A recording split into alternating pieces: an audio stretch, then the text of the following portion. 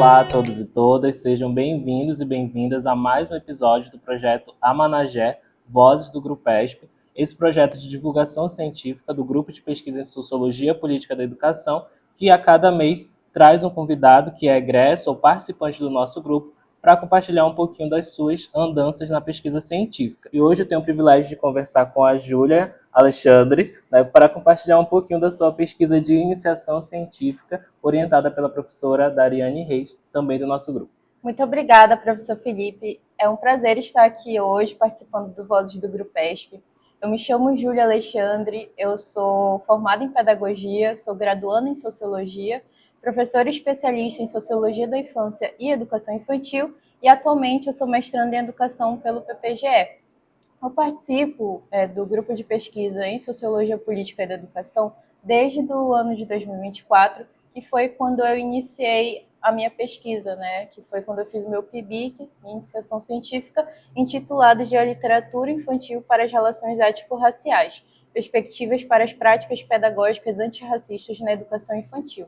Estou muito feliz de compartilhar o processo, né, e o caminho que foi fazê-la hoje com vocês. Obrigado, Júlia. Eu queria que você começasse o nosso bate-papo já compartilhando um pouquinho de qual é a importância dessa temática para você desenvolver aqui no curso de Pedagogia. Essa temática, ela tem um cunho muito pessoal para mim. Ela vem de experiências que atravessam as minhas próprias vivências dentro da educação infantil. Como uma criança que, adentrando, né, aquele espaço, aquela instituição, e tinha contato com artefatos culturais, e eu não me via representada nesses artefatos, né? No caso, estou me referindo mais especificamente aos livros de literatura infantil, mas dentro disso podemos incluir também livros didáticos, né? Toda a representação, toda a característica de toda uma estética, ela sempre foi levada para um cunho negativo, para um cunho inferior. Então, a minha infância foi vendo essas narrativas, né, essas narrativas imagéticas, levando para essa inferiorização que eu inconscientemente levava dentro de mim, dentro do meu corpo criança.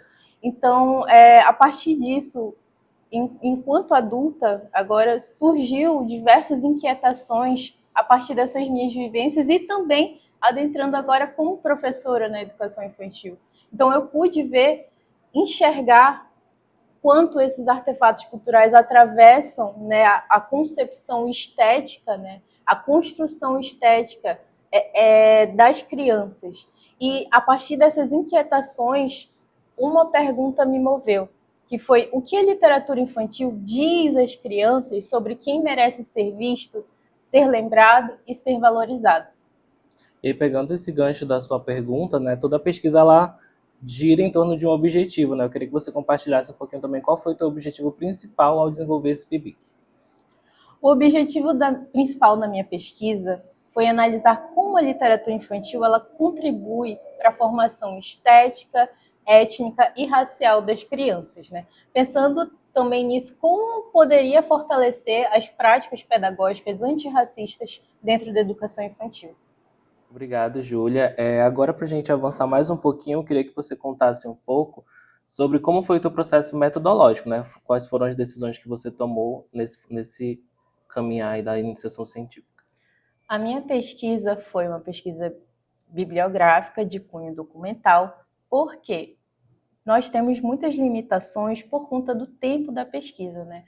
A iniciação científica tem apenas 1 ano para ser concluída. E se fôssemos fazer uma pesquisa em campo, né, teríamos que passar pelo comitê de ética e isso levaria tempo que teria que ser calculado e principalmente dentro do que acreditamos, né, na sociologia da infância, precisamos de bastante tempo para construirmos uma relação com as crianças, para termos essas vivências que não conseguimos controlar, não é algo que vem num roteiro. Então tivemos essas diversas limitações que nos levou a ficar apenas, né, na pesquisa documental. Então, a partir disso, fizemos, né, uma revisão de literatura, buscamos analisar trabalhos acadêmicos, né, artigos, teses, dissertações e monografias que abordavam, né, o que as pesquisas dizem sobre literatura infantil, raça e infância, especialmente na região norte, né? Fizemos esse apanhado de trabalhos dentro da nossa região e identificamos muitas lacunas referentes a trabalhos voltados, né, para essas temáticas. E foi uma lacuna muito alarmante, principalmente nesse aspecto de não existem muitas pesquisas dentro da nossa região que abordem infâncias negras. Então, mapeamos, né, essas tendências, identificamos essas lacunas dentro da nossa revisão de literatura. E isso me ajudou a responder à pergunta central, né, da pesquisa, que é o que sabemos e o que ainda não sabemos sobre como a literatura infantil contribui para a identidade étnico-racial das crianças. Sim, e aí você já está também trazendo alguns resultados, né, com relação à pesquisa. Eu queria que você falasse, assim, quais foram os principais, né, os achados, as conclusões que vocês chegaram, né, nesse 1 ano de iniciação científica.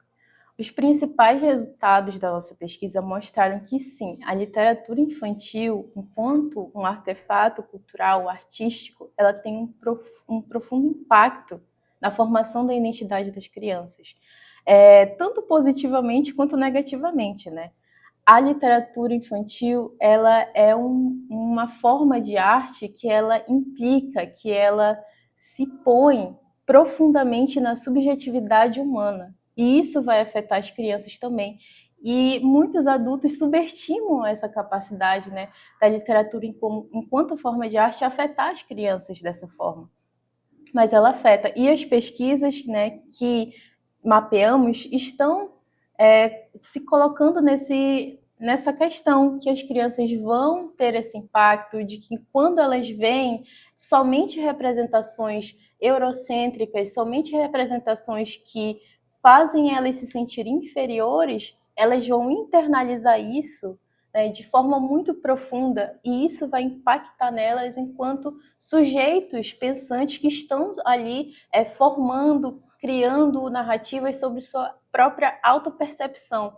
Né? Então, é algo que afeta tanto a percepção de si mesma quanto dos outros, porque as crianças brancas também são afetadas por essas narrativas. Né? Elas vão criar um senso de superioridade, elas vão ver ali que as representações são somente elas vão se ver ali o tempo todo. Então, elas criam essa percepção de superioridade, de algo que a Cida Bento vai chamar de pacto, né, da branquitude. Sim, excelente, Júlia. E dentro dessa perspectiva, né, saindo um pouco desse viés da pesquisa, você já compartilhou os resultados, as conclusões.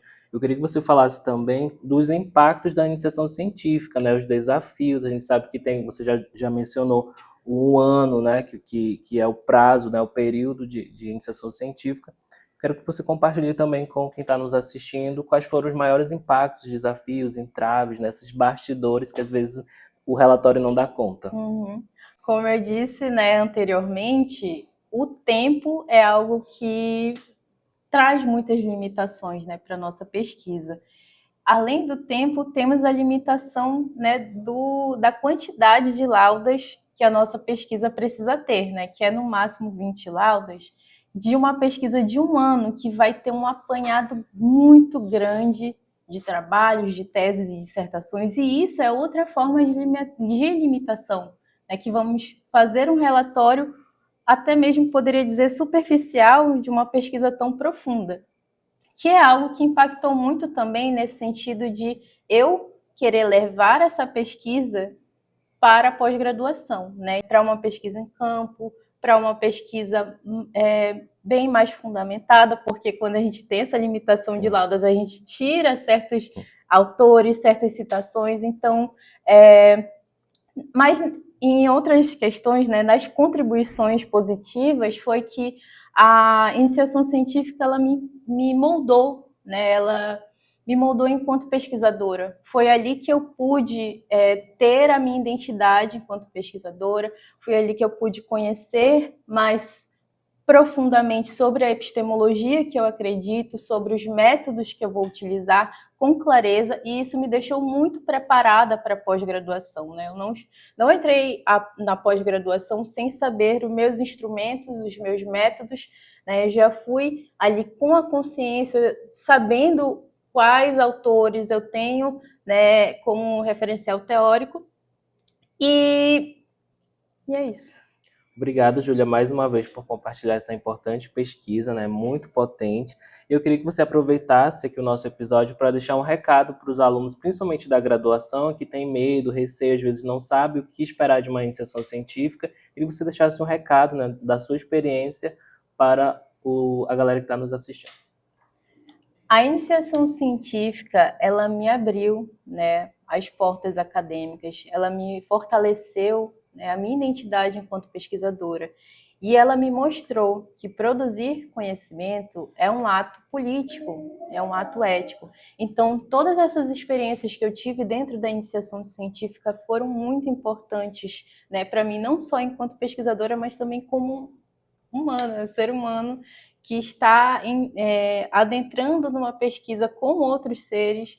Então, eu recomendo vocês a fazerem pesquisa, iniciarem esse caminho, né, de terem domínio sobre ferramentas metodológicas que vocês vão utilizar, sobre as epistemologias que vocês vão abraçar para desenvolver um trabalho de iniciação científica, de não ter medo, porque na iniciação científica vocês estarão iniciando, já está no próprio nome. Então, é ali que vocês vão aprender, né, os instrumentos. E não é para ter medo de errar, porque todo mundo vai aprendendo no processo. E para você não perder nenhum episódio do projeto Amanagé, siga as nossas redes sociais. Nós temos o Instagram, @grupespilfan, e esse canal no YouTube, Grupespilfan, todos os meses com um novo episódio para que você possa conhecer um pouquinho mais do grupo de pesquisa em Sociologia Política da Educação. Até a próxima!